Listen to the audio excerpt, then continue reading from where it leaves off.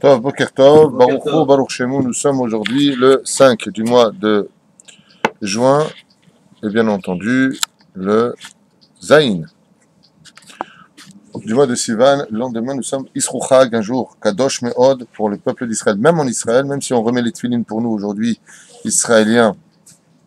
C'est un jour qui n'en est pas moins important. Les Shlarbot, Bezrat Hashem, Be'achmachalim.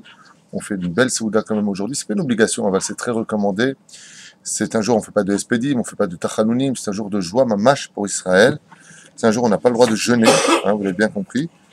Et c'est surtout aussi la Iloula d'un des plus grands maîtres de notre Sainte Torah, par lequel, aujourd'hui, grâce à Dieu, des millions de gens font Teshuvah de génération en génération, par le biais de toute la chassidoute, qu'elle soit de Rabbi Nachman de Breslev, du chassid de Gour.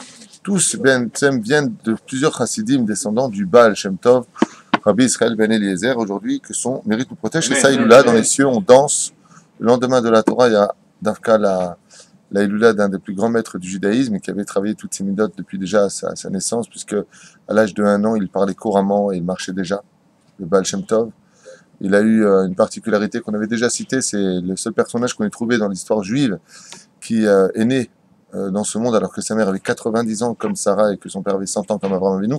On avait parlé, et puis bien entendu, son père avant de mourir lui avait dit « N'oublie pas Israël, n'aie jamais peur de rien sur terre et de quiconque si ce n'est que de Dieu lui-même. Rien, ni des animaux, ni des ennemis, peur de rien. » Et on sait que les forêts sont des lieux qui sont hantés en général par les démons ou les esprits, car ils font leur tikkunim sur terre. Et lui, le Baal Shem Tov, à l'âge de 4 ans et demi, 5 ans déjà, il s'enfonçait dans la forêt tout seul, absolument tout seul, et parlait avec son créateur.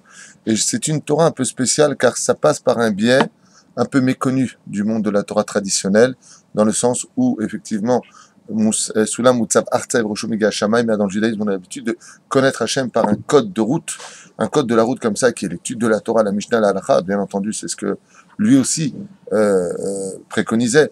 Mais il y avait quelque chose de spécial en plus.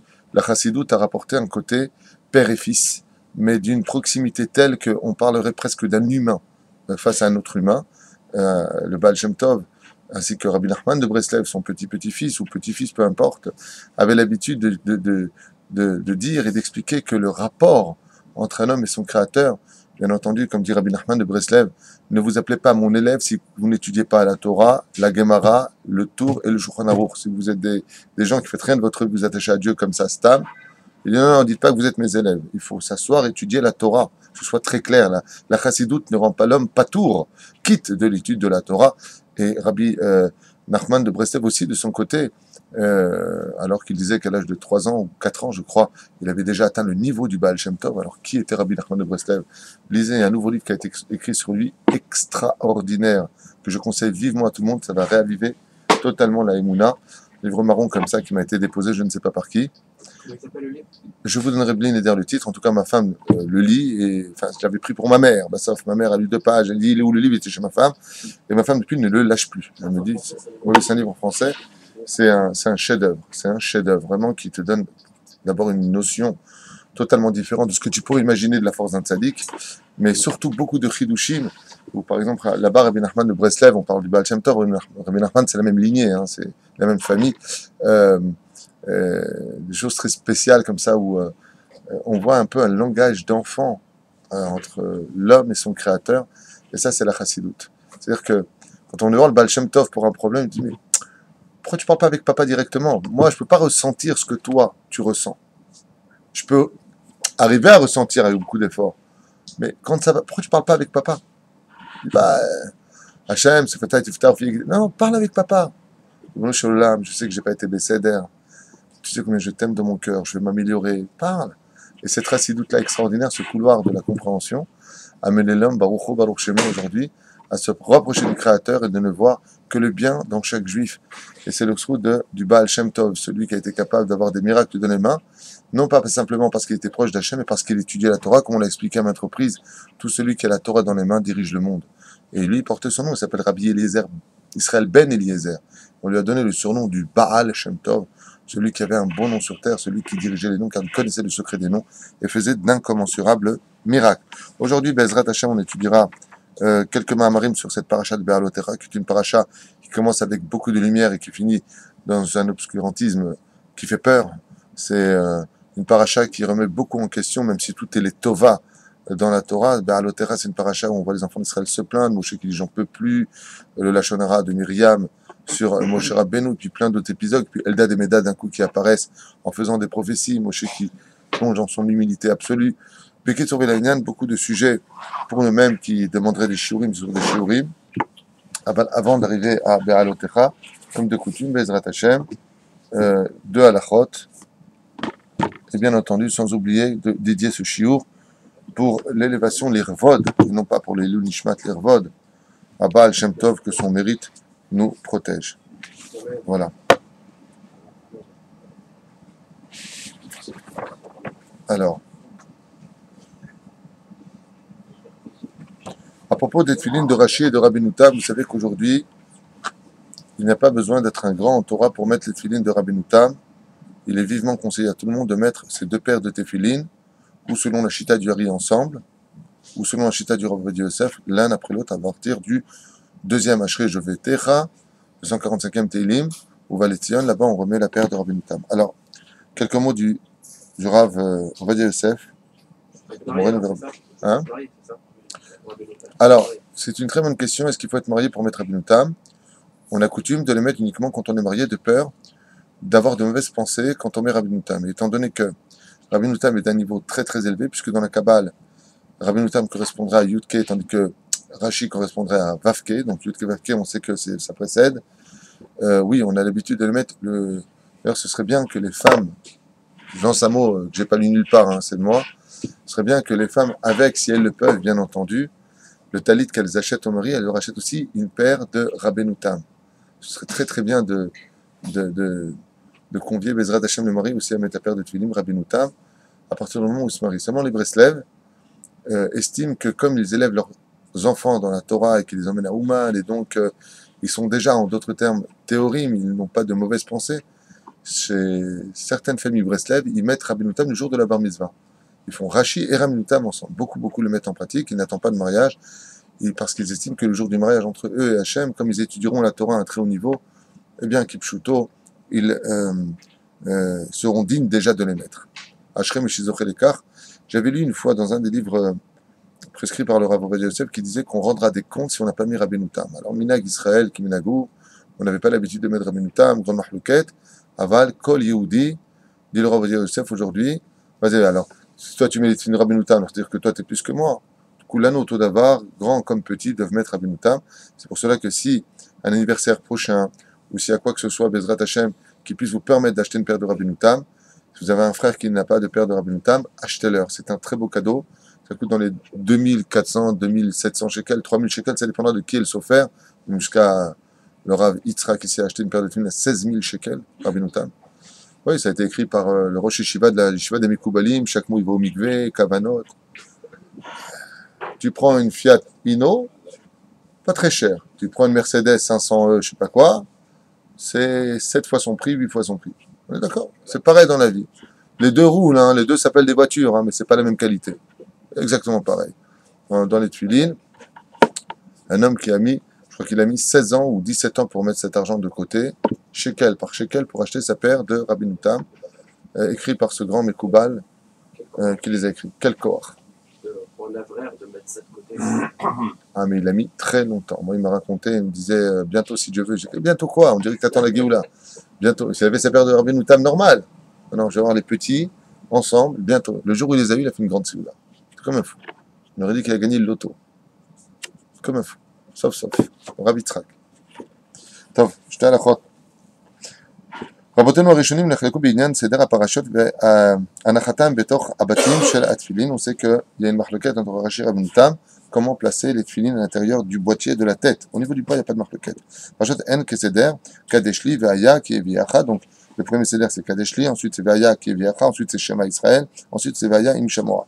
Vechen Dat, Rishonim, Rabim, Oulam le Dat, Rabbeinu Tam. Rabbeinu Tam n'est pas d'accord avec seder de Rashi et dit que le seder à l'intérieur des parashot est différent. Avayot Be'emtsa. Il dit quoi? Daïn ou Kadeshli, pardon, premier, Ve'aya qui est Viacha, ensuite Ve'aya Im Shamoa, et à la fin, Shema Israël. Donc on voit qu'au niveau des bâtiments, ce n'est pas la même chose. Vechen Dat, Rabim, mais Rishonim. On voit ici qu'il y a une grande marloquette et que chacun a son taux de rabbanim qui disent que Bémet, c'est comme ça que doit être fait le seder, et il y en a d'autres qui disent Mapitom, c'est comme ça que doit être fait le seder. Vous comprendrez maintenant qu'étant donné que cette mitzvah-là est une mitzvah tassée de Horaïta, c'est une mitzvah de la Torah elle-même, à plus forte raison que s'il y a une marloquette, pour pouvoir faire le shalom entre Rashi et Rabbeinu Tam, son petit-fils, il faudra mettre les deux pères. Comme ça, tu es sûr d'avoir accompli la mitzvah d'être fini. Même si, de façon certaine, le minhag Israël et Al-Pi Halacha, on met celle de Rashi. Donc on n'a pas le droit de mettre, comme une fois tu m'as dit, c'est bizarre, on vous a changé la paire de tefillin. La paire de tefillin que tu avais mis, qui était bizarre, c'était ma paire de tefillin de Rabbeinu Tam que tu avais mis ce jour-là. C'était pas Rashi. D'accord? Donc on doit mettre Rabbeinu Tam, mais il faut savoir que Rabbeinu Tam se dit sans bénédiction. Quand tu mettras les tefillin de Rashi, la bénédiction que tu feras sur les tefillin, tu penseras en même temps à acquitter celle de Rabbeinu Tam. Mais sourd de faire Chaz v'Shalom la bracha sur Rabbeinu Tam, car la halakha c'est la halakha, et malgré tout elle a été fixée selon Rashi.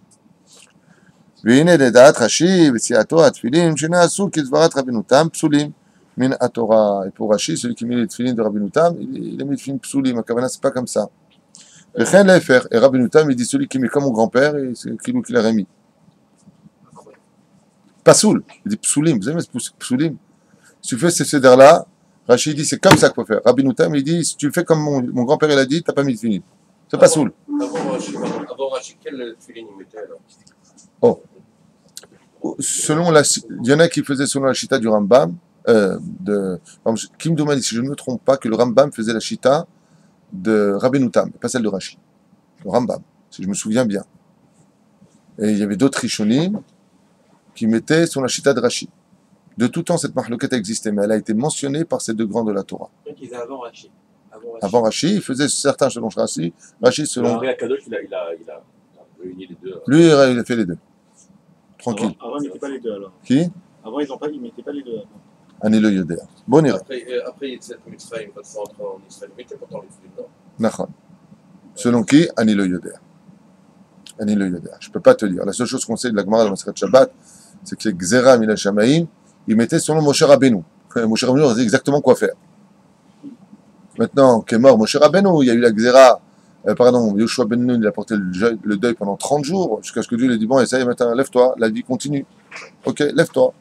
Donc il s'est levé de son deuil, et 3000 halachot ont été ignorés et oubliés des enfants d'Israël, jusqu'à ce que soit venu Otniel ben Kenaz, et qui a ramené ces halachot sur la table, mais beaucoup de halachot sont tombés, et c'est d'ailleurs pour cela que de génération en génération, on les ramènera sur la table. Minag haolam ki Rashi, Minag haolam ki Rashi ve'Arambam. וכתב הסמ"ג, להראה את דבר השם, יניח שתי זוגות של רש"י ורבנו תם. זהו. Alors selon ce qui a marqué ici, c'est Rambam, il faisait comme Rashi d'Afka, non pas comme Rabbeinu Tam. C'est le contraire de ce que j'ai dit. Lui, il le rapporte ici comme ça. Apparemment, je me suis trompé de personnage. Pourtant, il semble que c'était comme ça. Avano Meshane. Mouner Shnei Zugot Filin Bechol Yom. Donc pour éviter cette marloquette, puisque là, il dit que si tu ne mets pas Rashi, si tu mets Rashi, t'as des films qui sont pas saouls, si tu mets comme Rabbeinu Tam qui sont pas saouls, il est comme la marloquette est grande et que la mitzvah est assez d'Oraïta. C'est pour ça qu'il faudra mettre les deux paires de tefillin tous les jours. כן, האחד כשיטת רש"י והשני כשיטת רבנו תם. וצריך לכוון בהנחתם שהוא יוצא ידי חובת מצוות תפילין. ובאותן שאין אמת. ואילו הזוג השני אינו אלא רצועות בעלמא, כדי שלא יעבור על איסור בל תוסיף. ועל דעת מרן שולחן ערוך שקיבלנו הוראותיו. בקיצור לעניין, אחד על השני או אחד אחרי השני. La troisième paire de tefillin qu'on met l'après-midi ici. Alors, la troisième paire va selon la chita de Rashi, c'est celle de Shimouché Rabba. Et cette paire de tefillin, lui, ne se situe pas à l'intériorité des tefillin, mais à l'extériorité des tefillin. C'est-à-dire que la boîte, selon Shimouché Rabba, doit être beaucoup plus large. Si vous avez remarqué, les Lubavitch, ils mettent la chita de Shimouché Rabba directement avec la chita de Rashi à l'intérieur. Bon. Et ils mettent aussi Rabbeinu Tam. Pour certains d'entre eux en tout cas. C'est quoi cette Mechila? J'avais encore jamais entendu ça. C'est quoi cette paire de tefillin? On a l'habitude de les mettre pour la prière de Mincha. Chez Mouché Rabba, c'est beaucoup plus, ce sont des grosses paires de tefillin que l'on dépose parce que selon la mesure, même la boîte en elle-même doit porter des mesures spéciales. Tandis que nous, les Sfaradim, on n'a pas l'habitude de petites paires, grosses paires, moyennes paires, c'est pas important. On va chez Mouché Rabba, c'est celui qui va être Mahmir.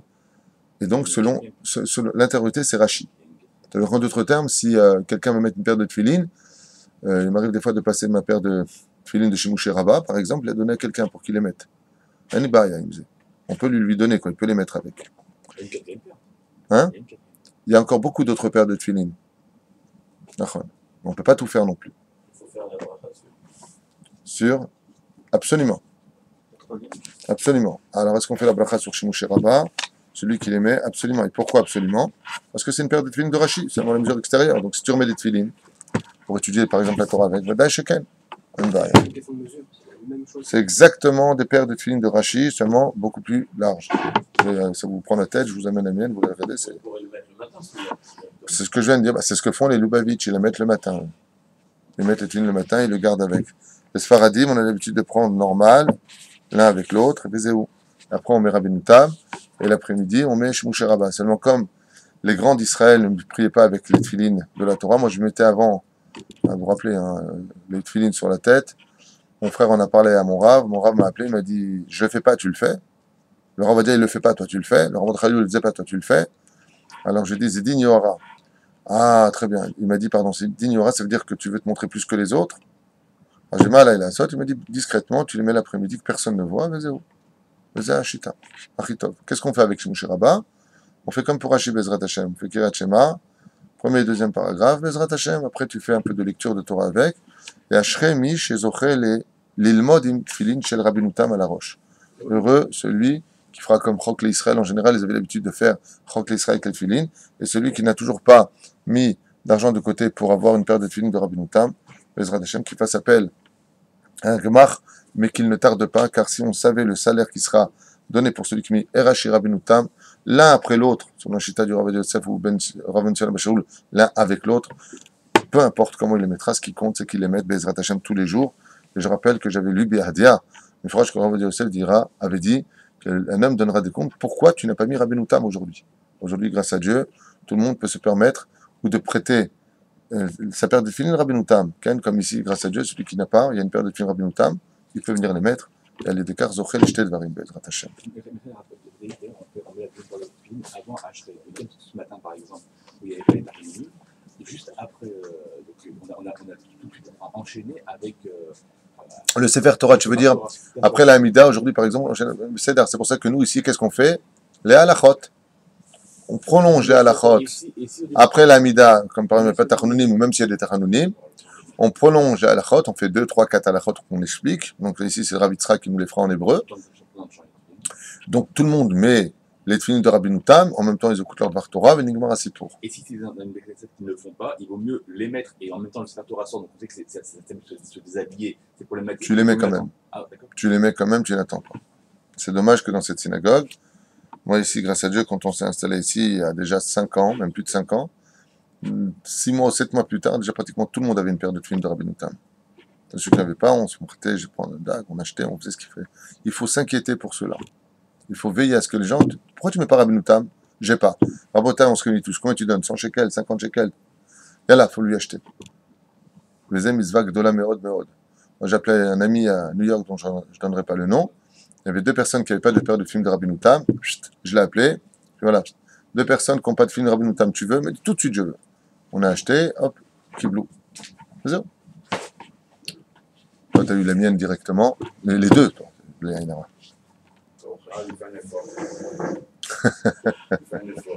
Il tend la main, donc Mordechai pour acheter une paire de tefilin de Rabbeinu Tam.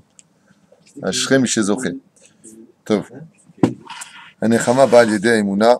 La consolation vient par le biais de l'emuna, al yedei mi'ut emuna nitrabu azvuvim ba'olam. Moins il y a d'emuna dans le monde, et plus il y aura de mouches dans le monde. Donc les mouches sont non seulement un révélateur de manque de shlom bayit à la maison, selon Rabbeinu ici, mais c'est aussi un manque d'émouna. Quand en général il y a des mouches qui rentrent beaucoup à la maison, ça voudrait dire qu'il y a un manque d'émouna. C'est pour ça peut-être qu'au Beth Amikdash il y avait aucune mouche, parce que c'était un endroit où la émouna était à son summum. Bien, je voulais vous faire la paracha par rapport à d'autres explications ici, mais comme on est quand même le jour du Baal Shem Tov, je pense que son héritier aujourd'hui le plus probant, c'est le Rabbi Lubavitch. C'est pour cela qu'on fera les Mahamarim sur la paracha de la semaine, sur le Rabbi de Lubavitch. Donc je ne l'ai pas fait, on va le faire ensemble, Binéder, dans Kolos, quoi. Je ne l'ai pas fait, On va le lire et le traduire ensemble, Ezrat Hashem. Je remercie une fois de plus, avant de commencer, que le mérite du Baal Shem Tov vous protège pour ceux qui nous aident à maintenir ce lieu par le biais de PayPal. Tiskou limizot maasim tovim. Vezeu. Be'alotecha et anerot nous dit à propos de la paracha de Be'alotecha, quand tu feras monter les nerot. Parachatenu niftachat betzivui, Hashem el Aaron a Kohen l'adlik et amenora. On nous dit ici que l'ordre divin a été donné à Aaron d'allumer les bougies de la menorah dans le Beth Amikdash. Menorah Za'av, Zom Ofia Be'aftara. Et cette menorah en or, déjà elle-même, apparaît de façon plus détaillée dans la Haftara de Zecharia, Kemashal Le'am Israël. Allusion sur le peuple d'Israël. Nerotea Shel Menorah, Amesamlim et Aneshama, Ner Hashem, Nishmat Adam. Car la menorah ici, dit le Rabbi, représente la Neshama du juif. Comme le dit le verset, Ner Hashem, la bougie d'Hashem, en d'autres termes, Nishmat Adam, n'est autre que l'âme du juif. Shebekerev Keli Yehudi. Shebekerev Kol Yehudi, slicha, car en tout juif, et Hanerot Alalut, Srichim Leadlik, nous avons le devoir de les allumer. Donc, en d'autres termes, de quoi est-ce qu'on parle dans la Chassidoute, selon le Rabbi de Lubavitch, quand on parle d'allumer la menorah, on parle de réaviver les âmes juives. Ba'alotecha et anerot, le'orer et aneshama, shebechol Yehudi, le'karvo, le'or haTorah. Comme l'a fait le Baal Shem Tov alav shalom, et comme le font les grands d'Israël, de venir ainsi que Shmuel Hanavi, qui partait vers le peuple d'Israël afin de les réveiller, en leur disant, mais t'es juif, réveille-toi, tu es fils d'Abraham, Isaac et Jacob, de Sarah, Rachel et Léa, réveille-toi, tu es juif, ta neshama peut briller à un très haut degré et tu ne le sais toujours pas. Alpi mashma'ut ruhanit smalit zo. Et donc par le biais de cette explication-là, il dit, Echolim anu lefaresh gam et prate adinim shel adlakat amenorah. On pourrait même rentrer et expliquer par le biais des lois de comment allumer la menorah, comment en fin de compte arriver à réveiller une âme. Netul le dogma shte alachat aachat. Donc on va donner deux exemples. Première alakha, adlaka kshera bezar. L'Omar, première chose, c'est que cette adlaka-là, quand on allumait la menorah, est-ce qu'il fallait que ce soit Dafka un Kohen Gadol? Est-ce qu'il fallait que ce soit Dafka un Kohen Idiot? Est-ce que ça devait être Dafka un Lévi? Ou n'importe qui pouvait l'allumer? Si un Zar, un étranger venait, il allumait cette menorah, il lui dit Kohen. Alors il dit première halakha, il dit Adlakat Kshera Bezar. Un étranger qui était venu, un Israélite qui serait venu allumer la menorah, c'était kasher. Donc reprenons le symbole de ce que vient de dire le Rabbi ici. Il dit que la menorah, c'est l'âme juive. On apprend des halachot, même de la menorah, comment réaviver la flamme. Il dit alors qui est-ce qu'on a besoin d'être? Le Kohen Gadol pouvait allumer? Oui. Le Kohen normal? Oui. Le Lévi? Oui. Et un Israël normal? Oui. Un mec de la rue venait rentrer du peuple juif allumé? C'est kasher ou pas? Oui. De là, on voit que, va nous dire le Rabbi, que n'importe quelle personne, il n'a pas besoin d'être un grand rave ou un rabbi pour pouvoir allumer les autres. Même un zar, même un étranger, il te dit le rabbi peut venir allumer une autre âme. Il n'y a pas besoin d'attendre de devenir le grand rave de je ne sais pas qui pour aller, ça y est maintenant, je vais m'occuper de mes frères. Pas du tout. Les morts, Gam, Mish et Eno Kohen, Racha, il a dit que ta menorah. Même celui qui n'est pas Kohen pouvait venir allumer la menorah. Donc ça, c'est la première halakha qu'on apprend sur le sujet. Halakha shniya, avatat anerot, ken, ve'achanatam, לקראת ההדלקה חייבת להיעשות רק על ידי כהן ולא על ידי זר. Mais par contre, là où sera placée la menorah, la façon dont on devra la situer, c'est qu'il n'y a que le Kohen qui pourra le décider et personne d'autre. Donc on a vu que pour allumer, n'importe qui peut le faire, mais pour placer les choses, ça c'est que le Kohen qui peut le faire. À l'image du Rav, va nous dire ici le Rabbi de Lubavitch, à l'image du Rav qui va te dire, par exemple, comme le Rabbi faisait, il envoyait telle personne, il envoyait telle personne à Hong Kong. Allez, toi tu vas là-bas. Pour placer la menorah, pour placer les gens, ça doit être dépendant d'un Rav. Pas n'importe qui peut se permettre d'y aller.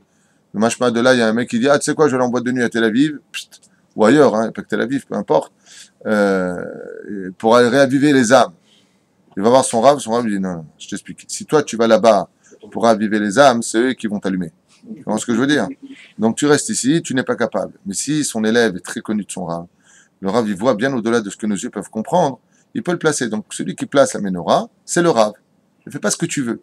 Si ton Rav, il te dit, tu sais quoi, va là-bas et fais faire tchouva aux gens, un petit peu, si je peux me permettre l'expression, comme mon Rav m'avait dit, quand j'ai dit descendre à Ashdod, il m'a dit, Ashdod, David, va et mets de la Torah là-bas. Donc, lui, il m'a dit de venir. Mais s'il m'a dit de pas venir, je ne serais pas venu.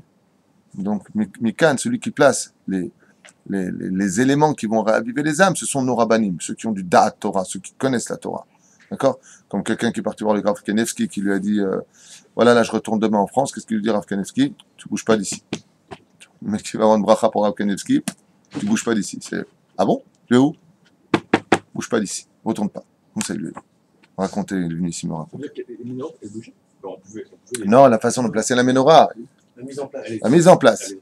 La mise en place, celui qui va mettre les bougies, celui qui va l'installer, ça c'est le Kohen.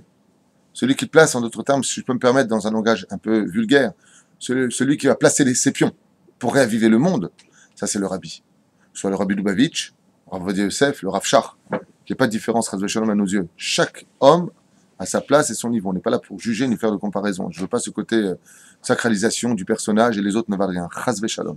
Tout le monde vaut quelque chose, même un Rabban Karché peut sauver une vie que le rabbi aura ratée. C'est ce que je veux dire. Et ensemble, le peuple d'Israël, ensemble, on est la Ménorah.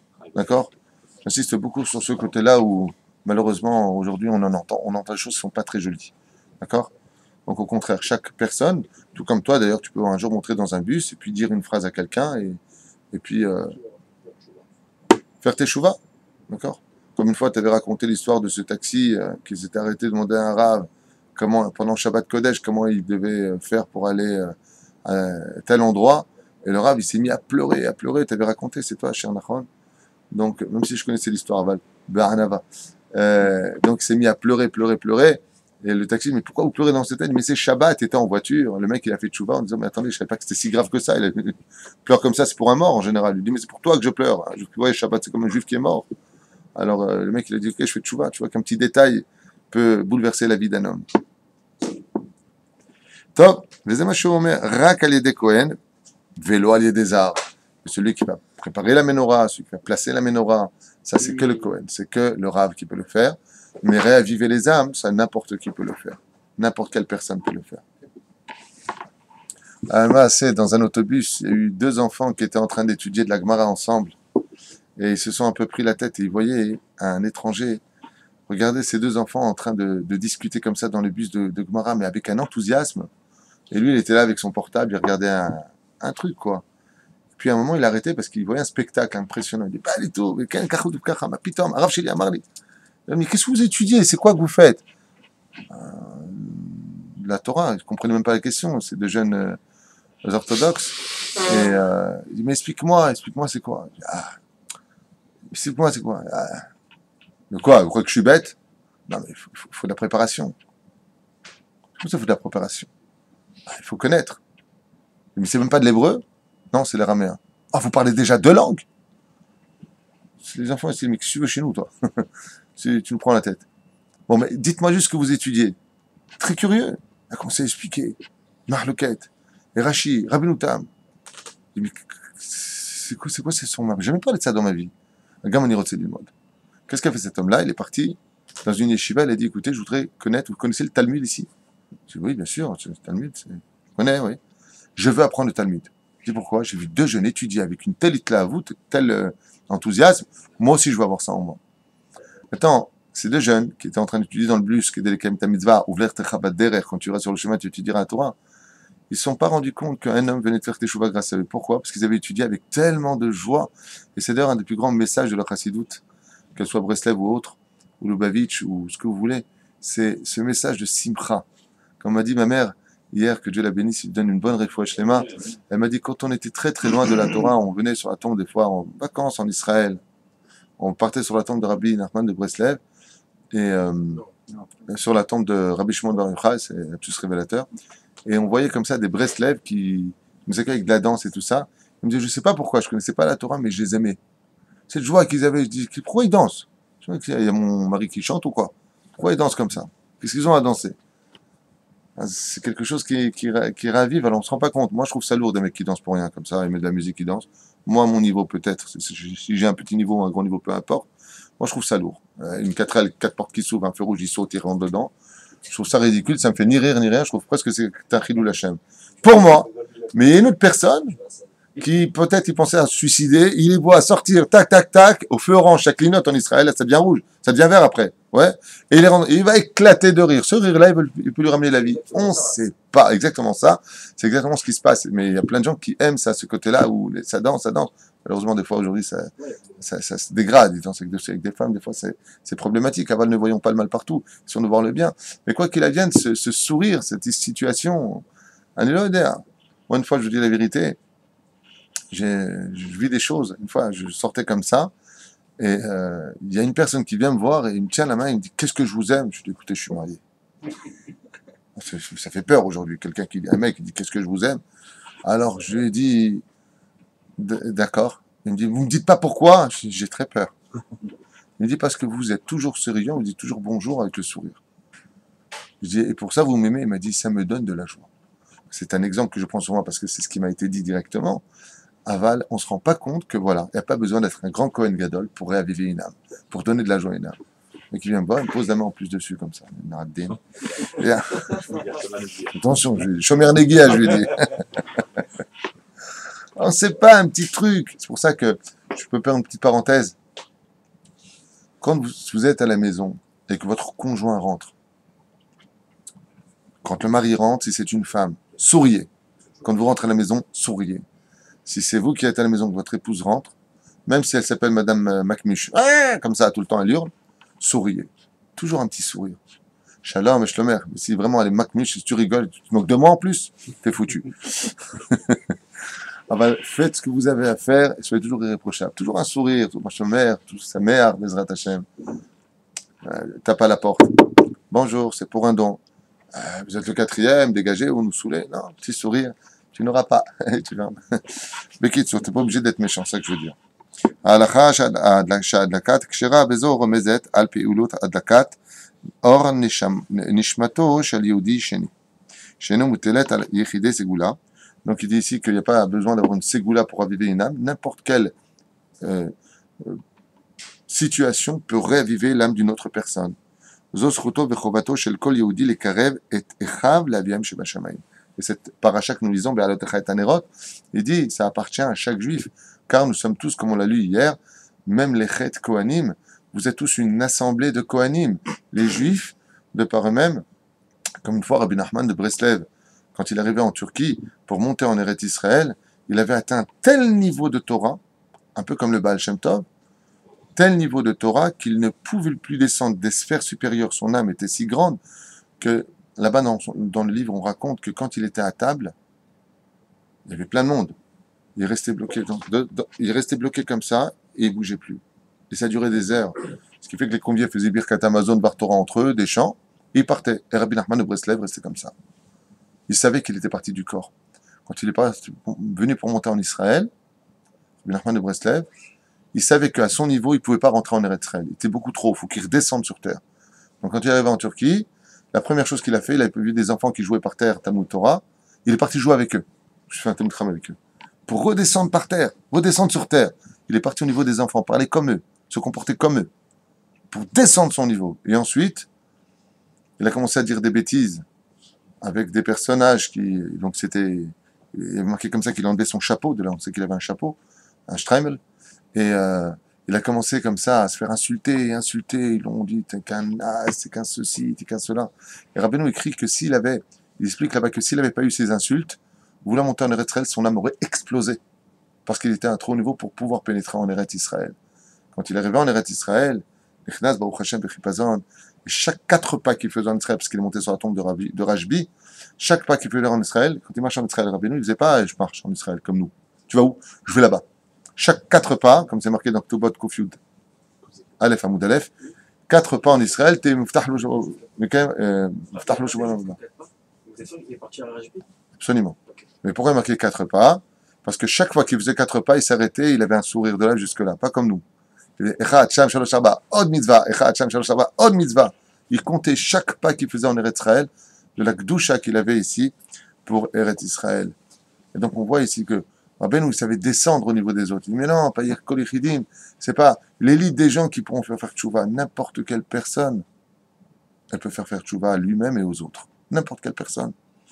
Mishnah Omeret, Chol Yehudi, Eve mital vidav chez Aaron. Et pourquoi je vous raconte l'histoire de Rabbi Nachman de Breslev? Parce que quand ils lui ont dit, mais vous êtes qui, vous?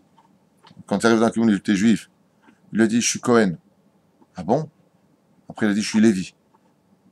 Après, il a dit, je suis Israël. Alors, ils sont venus, ils ont dit, Bétar, ça doit être un espion. Ils ont commencé à maltraiter, le frapper, l'insulter.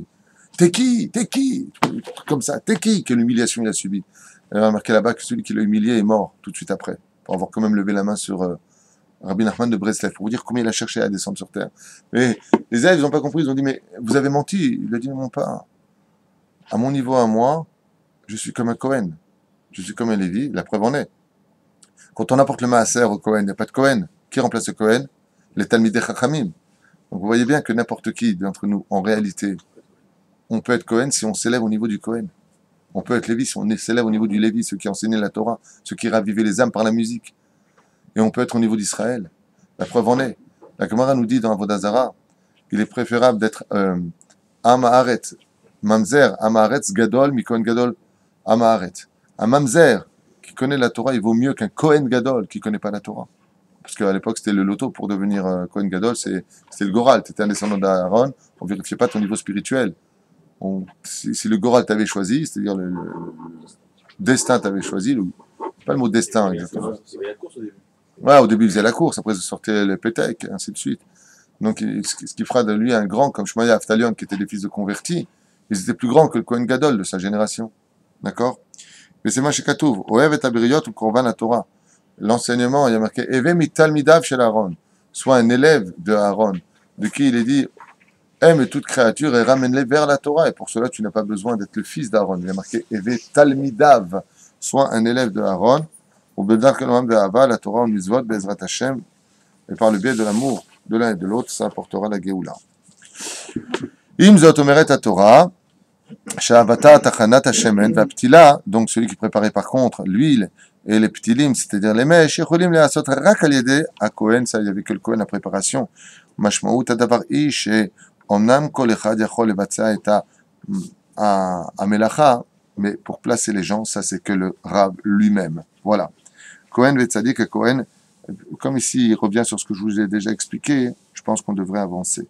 Un Kohen מתאפיין בעצם בכך שאין לו נחלה משלו בארץ, אלא הוא נחלתו, והרמב"ם מתאר את הכהן כאיש אשר נדבה רוחו, להבדיל לעמוד לפני השם לשרתו, וזה הצדיק שמובטל לחלוטין מארצות ומחומריות העולם. C'est pour ça qu'on dit que le Kohen n'a pas de territoire. Il est comparé au Chacham. Ça veut dire quoi, il n'a pas de territoire? Il n'a pas de... il te charrie, hein, tu peux prendre. C'est les rois d'Abal Shem Tov. Tu l'as bien fait, hein, tu étais sérieux, comme ça il y a cru. Oui, parce qu'à Oel Moshe, on mange des pains au chocolat presque tous les matins, grâce à Dieu. Hein, Baruch Hashem. À la française. C'est ça le problème, on n'est pas devenu israélien. Et il dit, c'est pour ça que le rabbi lui-même, c'est-à-dire le Rav, comme il a un digne de Kohen par rapport aux autres, le Kohen, il n'a pas de Nahala en Israël, il n'a pas de territoire en Israël d'héritage, de territoire sur lequel il peut marquer son nom. De la même façon, le tzaddik, pour pouvoir guider les autres, lui, il doit être muftal mina olamazeh, c'est-à-dire il doit être quand même loin de la matérialité, loin d'aimer le monde matériel. On sait que le but du Kohen, c'est de les kadesh et tachomriout, de rendre le matériel kadosh comme la spiritualité, ou plutôt d'inclure la spiritualité dans la matérialité. Mais il ne doit pas avoir d'envie vis-à-vis de cette matérialité. Vous comprenez ce que je veux dire? Donc il doit être moufdal d'une certaine façon, séparé, bien séparé, pour pouvoir guider mieux les autres. En d'autres termes, vous savez ce que ça veut dire? Ça veut dire que si tu es trop sur terre, tu ne peux pas voir ce qui se passe autour de toi. Mais si, par exemple, le tzaddik, par rapport aux autres, pourquoi il peut guider les autres? Comme il est comme le Kohen qui s'est séparé de la matérialité, donc il n'est pas, je veux le dernier le plasma, je veux le dernier téléphone, je veux le dernier truc, il est loin de tout ça, lui. Donc il monte, et comme il monte et qu'il regarde le sol, la terre, vous comprenez bien que son champ de vision va très très très loin. Donc c'est pour ça que lui, de ses hauteurs, il peut tout à fait voir, tiens, là-bas il y a un juif qui n'a pas de Torah, celui-là il est comme ça. Mais s'il était dans la matérialité, il serait un peu comme un homme dans les roseaux, il ne verrait pas ce qu'il y a de l'autre côté du roseau, donc de la rivière, il ne sait pas ce qui se passe de l'autre côté du monde. Et c'est ce qu'il dit le Rabbi. Il dit, Omnam, comme le Kohen n'a pas de Nachala en Israël, son seul endroit c'est le Bet Amikdash, le Bet Midrash d'un juif qui va diriger les autres, c'est justement sa maison. 717 pour le Rabbi et d'autres adresses pour les autres, comme Arnof pour le Rav Ovadia Yosef Zatzal ou Kiryat Moshe pour le Rav Mordechai Eliyahu. Chacun avait sa maison, son lieu d'étude, le Rav Kook avec Kiryat Moshe dans les yeshivas du Merkaz Arav. C'était leur maison et de là-bas, de leur spiritualité, ils étaient capables par le roi HaKodesh, voire peut-être la prophétie Miodéa, de voir des choses que nous ne contrôlions pas. Ah, mais quelle matérialité pouvait y avoir il y a 500 ans? J'essaie d'imaginer dans quoi ils pourraient tomber ceux qui n'étaient pas Cohen. Parce que quelle matérialité il y avait il y a 500 ans? Là, il y en a plein, oui. Mais il y a 500 ans, il y avait quoi? Le dernier Ouais, non, c'est bon, je sais pas. Mais, Qu'est-ce qui pouvait les différencier? Je vois pas. il y a 500 ans, la matérialité, par exemple, avant, il y avait le Hamor Peugeot et après, il y a eu le Hamor Mercedes. Donc, c'était un Hamor qui était plus confortable. Les tissus, je te réponds. D'abord et avant tout, est-ce que tu es parti une fois à Masada avec un guide? Non. Bon, quand tu vois un petit peu, même dans les films antiques, quand ils représentaient la beauté des choses d'époque, il y avait les bains qui étaient magnifiques. Il y avait ce qu'on recherche un petit peu aujourd'hui. Seulement, le plaisir de l'homme va avec ses connaissances. Aujourd'hui, c'est parce qu'on connaît les choses qu'on en veut plus. Mais à l'époque, ce qu'ils connaissaient, ils le vivaient. Quand ils le vivaient, ils avaient tout. C'était un petit peu la devise d'Épicure, c'est-à-dire, d'une certaine façon, une belle piscine, un bon lit, un bon matelas, des belles gonzesses, les grappes de raisin qui descendaient. On mange, on boit du vin. C'est le noir qui leur faisait du vent comme ça, l'esclave noir à l'époque, c'était comme ça que c'était fait. C'était exactement la harpe. Quand tu mangeais, t'avais la femme qui jouait comme ça de la harpe. Voilà, j'ai l'impression que je lui donne envie de tout ça. Lui, oh, tu vas redescendre sur terre. Il est en train de rêver déjà. Est-ce qu'aujourd'hui tu as ça? C'était super marié à l'époque. C'était super mal. Et puis bien entendu, ils avaient aussi leur jeu. Bon, alors aujourd'hui, on a les gladiateurs. Ils avaient les gladiateurs d'époque, c'était leur cirque, mais aujourd'hui on va pas plus loin avec UFC et tous les combats qui se passent dans les cages. On les appelle comment d'ailleurs les gladiateurs. Tu vois qu'on n'a pas vraiment évolué au niveau de l'esprit, puisqu'avant ils prenaient des gladiateurs qui s'entretuaient. Aujourd'hui on voit des mecs qui s'entretuent. Tout ça pourquoi? Voilà, pour avoir de l'argent, puis on aime bien voir ça. C'est vrai que ça attire l'œil parce qu'on est choqué, on aime tout ce qui choque. Aujourd'hui tu fais une vidéo, hein. Tu marques vidéo extrêmement choquante, interdit au moins de 18 ans, ce sera la vidéo la plus vue. Et puis il y a un mec qui est mort de rire en disant, vous voyez, dès que il y a des choses, on parle de meurtre ou de choses violentes ou de combats ou de gens qui meurent, on est par millions à regarder, ça nous fait absolument plus peur. À l'époque, quand tu parles de l'époque, quand tu disais, rentre pas là-bas, il y a un esprit, les gens se sauvaient de la maison. Aujourd'hui, il y a un esprit, tout le monde sort de son portable. Il est où? Il est où? C'est toi qui fais peur à tout le monde? Fais un sourire, je te filme. Mais on est dans une génération qui waouh, tu comprends ce que je veux te dire? C'est pour ça que on a peut-être beaucoup de choses, mais on n'est pas heureux. Quand j'étais petit, il y a 10 ans, quand j'étais enfant, on avait acheté, je me rappelle, depuis plusieurs années, un skateboard. Mais pourri en plus, hein. C'est le skateboard à fibre de verre, avec les roues. Qu'est-ce qu'on était heureux. J'avais un skateboard. Après, on avait un ballon pour toute la famille. Un ballon. Aujourd'hui, chaque enfant, il a son ballon, sa chambre, son ordinateur. Je souhaite à toute cette génération d'être autant heureux que nous l'avons été. On était, bien, 5 dans une chambre, les uns sur les autres, les armoires étaient craquées, la porte, elle tenait à peine. Qu'est-ce qu'on était heureux. Aujourd'hui, chacun son bureau, chacun son prof privé, chacun son truc, et on n'est jamais content. Donc franchement, peut-être qu'on a tout, mais qu'est-ce qu'on n'a rien par rapport au bonheur qu'avaient nos parents avant. D'un rien, on était heureux. Aujourd'hui, quand tu fais une fête de bar mitzvah à tes gosses, Bekoshi, tu reçois un merci alors que tu t'es ruiné. Avant, les bar mitzvahs ne coûtaient absolument rien. Aujourd'hui, une bar mitzvah va autant qu'un mariage. C'est pas normal. C'est pas normal ce qui se passe. Et ça fait quoi? T'es content, mon fils? Mais bon, ça va, tu me saoules. Ah. Je parle pas de moi, mais t'as l'impression de faire des trous dans l'eau. Pour apporter quoi? Le sourire sur le bonheur de tes enfants. T'as rien. T'as rien du tout. Donc je pense qu'à l'époque, on a plus à apprendre de nos anciens que eux ont à apprendre de nous. Parce que eux, ils avaient peut-être rien, mais qu'est-ce qu'ils étaient heureux de rien. Nous, on a tout, et on se comporte comme si on n'avait rien. C'est encore plus dramatique. Bien. Merci. Omer Arav. Ish ki yetameh la nefesh o bederech rechoka.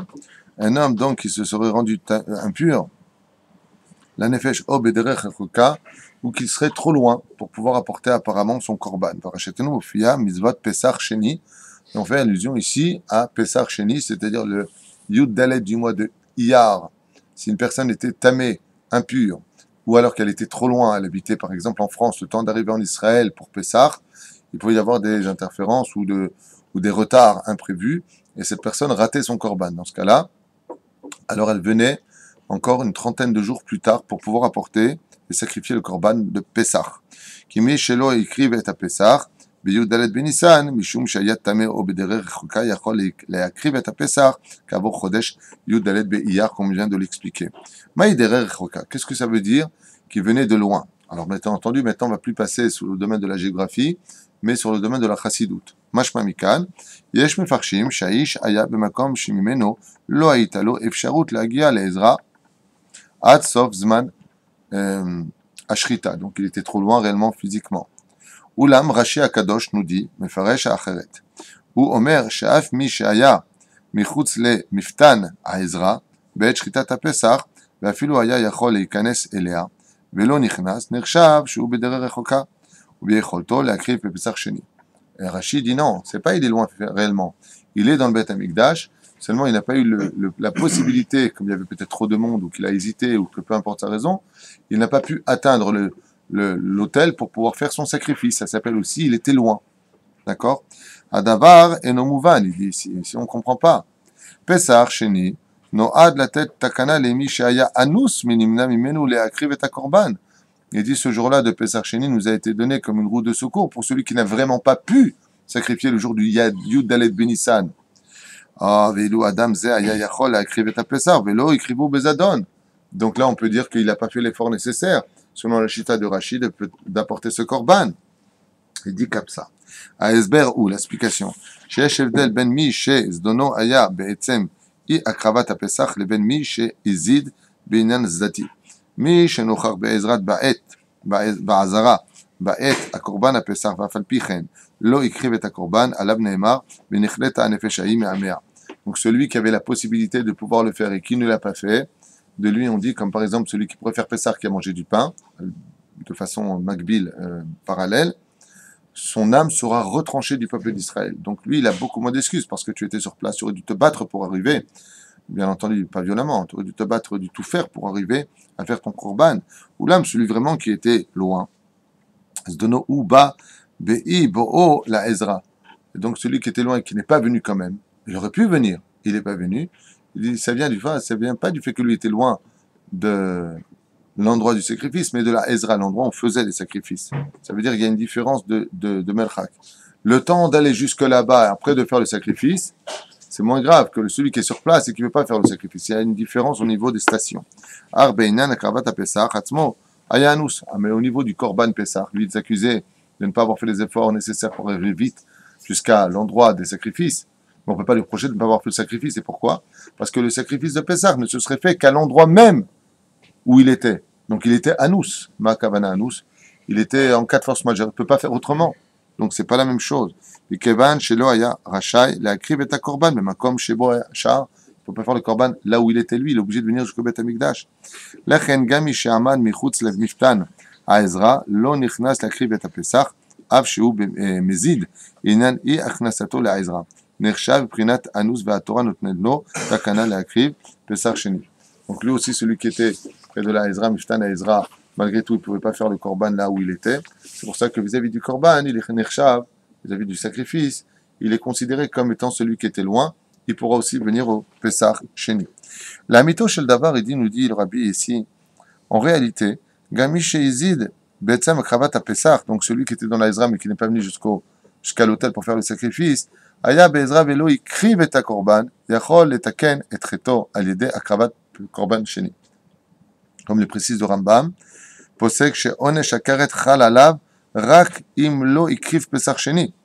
Pourquoi? Parce qu'on a vu que le karet d'une personne qui, dans toutes les situations, ne pouvait pas venir faire le sacrifice de Pessah, ne serait karet qu'à partir du deuxième Pessah Sheni, pas du premier Pessah Sheni, pas du premier Pessah.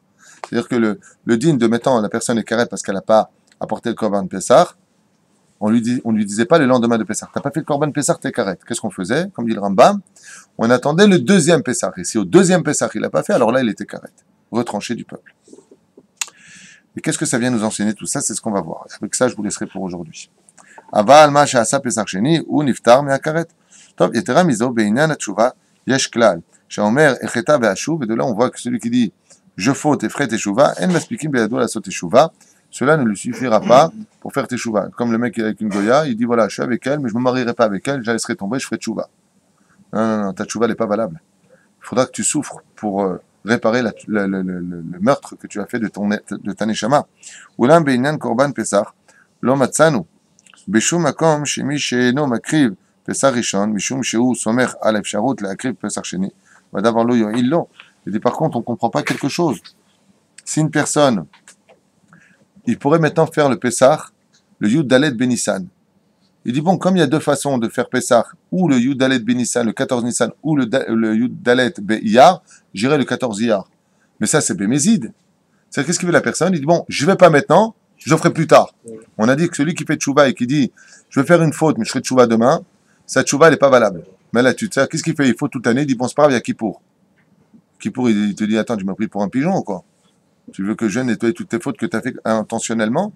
Ça marche pas comme ça. Kippour vient nettoyer les fautes de celui qui a fait des bêtises mais qui savait pas. Vous comprenez la différence? Même si le mahlouket sur ça, bah, malgré tout. C'est-à-dire tout le rachat, le chaper alav. זה ייחודו של פסח שני, שמבטא את היכולת לתקן גם חטא שנעשה בזדון ממש.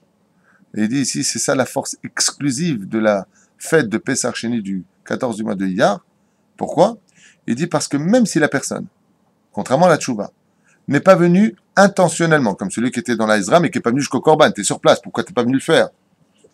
Eh bien, malgré tout, Pesach Sheni lui sera considéré comme étant une kapara pour le Pesach Rishon, c'est-à-dire ce qu'il a raté le Yud Dalet Ben Nissan, le 14 mois de Nissan. Lechen lomdim mi Pesach Sheni, et aklal shel olam lo avud v'shetamid efshar letaken. Et de là, on apprend un moussag extraordinaire pour nous tous, dit le Rabbi, c'est que dans ce monde, quoi que tu aies fait sur terre, tu peux toujours réparer. Même si tu étais, maintenant c'est l'occasion de faire tchouva, tu n'as pas fait encore tchouva, t'inquiète pas, tu peux encore faire tes tchouva. Tant que tu vis, tu peux réparer. Et d'où est-ce que tu apprends ce klal? D'accord, maintenant tu sais le mettre, tu ne fais pas les choses comme il faut. Il dit, d'accord, mais bon, j'ai pas encore le niveau. Et tu apprends ça de Pesach Sheni. Même si la personne était sur place, qu'elle aurait pu faire tchouva, elle aurait pu amener son korban, il peut encore réparer parce que malgré tout, Pesach Sheni lui sortira de karet par rapport à sa situation. Gamishayat Tameh, au Bederer Rechoka, celui qui était impur, mangeait pas encore kasher, ou Bederer Rechoka, il était complètement assimilé à Kavana, à Filuk Shadavar Aya Lachem, Birtono, le mec, c'est quoi la Torah, il sait le judaïsme, on le réveille. Il dit, Bechol Zot notenet lo Torah efsharut shel tikun vekapara. Tu peux encore tout réparer, faire la kapara de tes fautes, partir comme un tzaddik de ce monde. Pourquoi? Parce que l'histoire n'est pas finie. C'est une grande preuve d'amour que nous ayons de pouvoir respirer, car celui qui nous permet de respirer, c'est le Créateur du monde. Et il nous attend. Il dit, tant que tu respires, tu peux encore tout réparer. C'est quand tu ne respires pas que les choses deviennent compliquées.